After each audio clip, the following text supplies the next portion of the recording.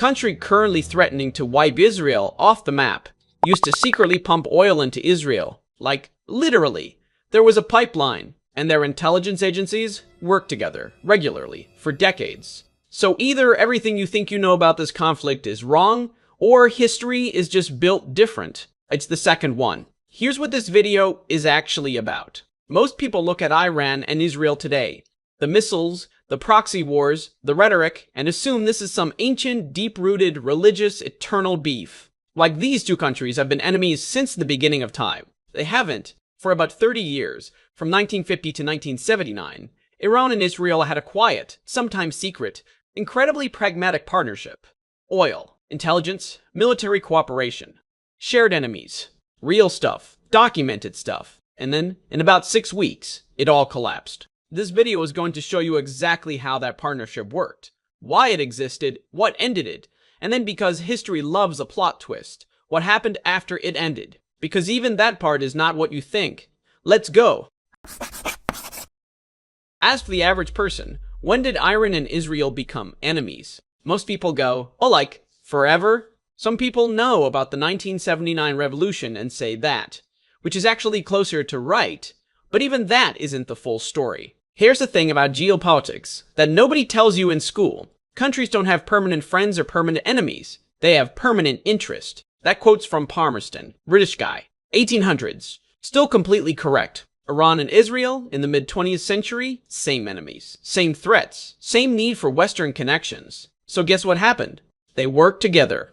Not loudly, not publicly. In fact, officially, Iran never even gave Israel full diplomatic recognition. No embassy, no flags, no photo ops. But behind the scenes, it was a whole thing. Let me show you how deep this actually went.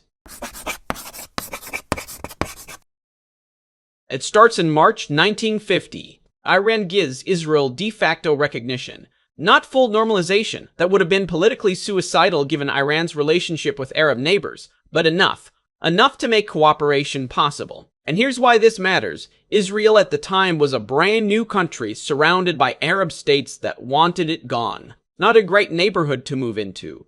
So Israel's first prime minister, David Ben-Gurion, came up with a strategy called the Periphery Doctrine. The idea was simple. If the Arab states on your borders hate you, build alliances with the non-Arab states further out. The ones around the edges. Iran, Turkey, Ethiopia. Iran was the prize. Because Iran was big, it was powerful, it had oil, and it had the same problem Israel had. It was also surrounded by Arab states it didn't trust. Specifically, Nasser's Egypt and Ba'athist Iraq were both causes for serious concern in Tehran. So you've got two countries that both fear Arab nationalism, both want Western support, both need stable regional partners. You do the math. The Shah, Mohammad Reza Pahlavi, didn't love Israel publicly. He couldn't. The Arab world would have lost its mind. The Muslim world would have lost its mind. So publicly, Iran sounded very pro-Arab. Privately, completely different story. Alright, let's talk evidence, because this is where it gets genuinely wild. Exhibit A, the oil. By the late 1970s, roughly 80% of Israel's oil was coming from Iran. A 1978 Shia document puts the number at around 135,000 barrels per day. 80%. That's not a trade relationship, that is a dependency. Israel needed Iran to function. Exhibit B, the pipeline. After the Suez Canal closed in the 1960s, Iran and Israel built a secret oil corridor, the Eilat-Ashkelon pipeline, that moved Iranian crude across Israeli territory from the Red Sea to the Mediterranean. They literally build infrastructure together. You don't build pipelines with people you hate. Exhibit C, the intelligence services. Savak, Iran's feared intelligence agency, developed a regular working relationship with Mossad from the late 1950s onward. Liaison meetings, shared intel, training relationships. Now, to be precise here, Savak was created with heavy US involvement. Israel wasn't responsible for creating it, but later, Israeli advisors were involved in training and development. That much is in the scholarship. The relationship between Savak and Mossad was described as one of the core pillars of the whole hidden partnership. Exhibit D, the Kurds. Both Iran and Israel were quietly supporting Kurdish forces in northern Iraq, specifically Barzani's movement, with weapons, money, and military instructors. Think about that for a second. Two countries that officially had no formal relationship were running a joint covert operation in a third country. That's not a diplomatic courtesy. That's an alliance. Exhibit E, the military numbers. A declassified 1975 U.S. government assessment describes military contacts, personnel exchanges, aircraft overhaul cooperation, and agricultural cooperation between Iran and Israel. In just the first 4 months of 1975, Iran paid Israel over $12 million for military equipment. That's not a rumor. That's in a U.S. government document. Exhibit F, the Prime Minister's secret visit. In July 1976, Israeli Prime Minister Yitzhak Rabin secretly flew to Tehran to meet the Shah, with Savak's help, the sitting Israeli PM. Secret visit to Iran. 3 years before the revolution. That's how active this relationship still was, very late in the game. Okay, so, we've established Iran and Israel had a real documented operational partnership for about 3 decades. Oil, intelligence, covert ops, a secret pipeline, a secret prime ministerial visit. Not exactly ancient enemies, right? Now here's where the story gets actually insane. Because in 1979, everything collapsed, and then something happened that nobody talks about. Even after they became enemies, they still worked together. The Islamic Revolution of 1979 was the real break. When Ayatollah Khamenei took power, anti-Zionism didn't just become a policy. It became part of the identity of the new Islamic Republic. The old system, the oil, the intelligence ties, the back channels, gone. And to make it physical, to make it symbolic, on February 19th, 1979, less than 2 weeks after the Shah fled, the former Israeli diplomatic mission in Tehran was handed over to the PLO. The building that was Israel's is now the Palestinian mission. That is not a policy shift. That is a statement. The partnership was over, officially, ideologically, completely.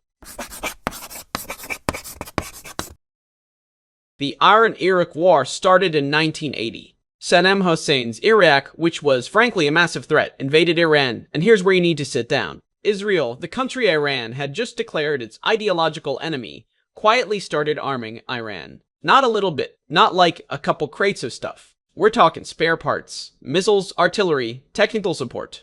Estimates from later scholarship put the value of Israeli arms transfers to Iran during this war in the hundreds of millions of dollars annually. Possibly more. Israel arming Iran after Iran called for Israel's destruction. And look, Israel wasn't doing this because they liked Iran. They did it because, from Israel's perspective, Saddam's Iraq was the bigger immediate threat. Remember the Periphery Doctrine? Permanent interests, not permanent friends. Iraq had been hostile to Israel for decades. Iraq had attacked during the 1973 war. Iraq had a nuclear program. Israel had literally bombed in 1981. So when Iraq and Iran went to war, Israel quietly picked a side, the side of their ideological enemy, because geopolitics doesn't care about your feelings.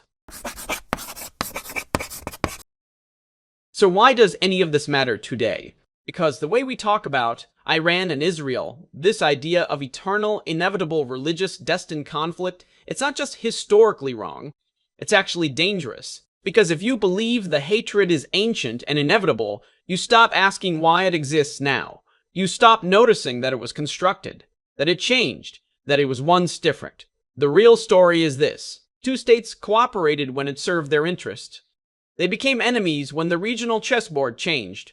The Cold War ended. Iraq was neutralized. Old shared threats disappeared. Iran leaned harder into anti-Zionism to project regional power and avoid isolation. Israel moved toward peace with Arab states in quiet alignment with the Gulf. The conflict you see today was built in the 1990s, not in 1000 AD. That's not a small distinction. Here's the one thing I want you to leave with. When someone says Iran and Israel have always been enemies, they're wrong. Not sort of wrong. Historically, documentably, pipeline having, Rabin secretly flying to Tehran, wrong. The truth is messier, more interesting, and honestly, more hopeful. Because things that were made can be unmade. Not saying that's happening anytime soon. But it means the conflict isn't cosmically hardwired, it's political. Which means it's human. Which means it's complicated. If this broke your brain a little, which is the correct reaction, hit subscribe, because this channel is basically just me doing this to you about different topics every week. And drop a comment, what's the one fact from this video that surprised you most? Mine is still the pipeline. Like they just built infrastructure together. Wild. So that's all for today, and I'll see you in the next one.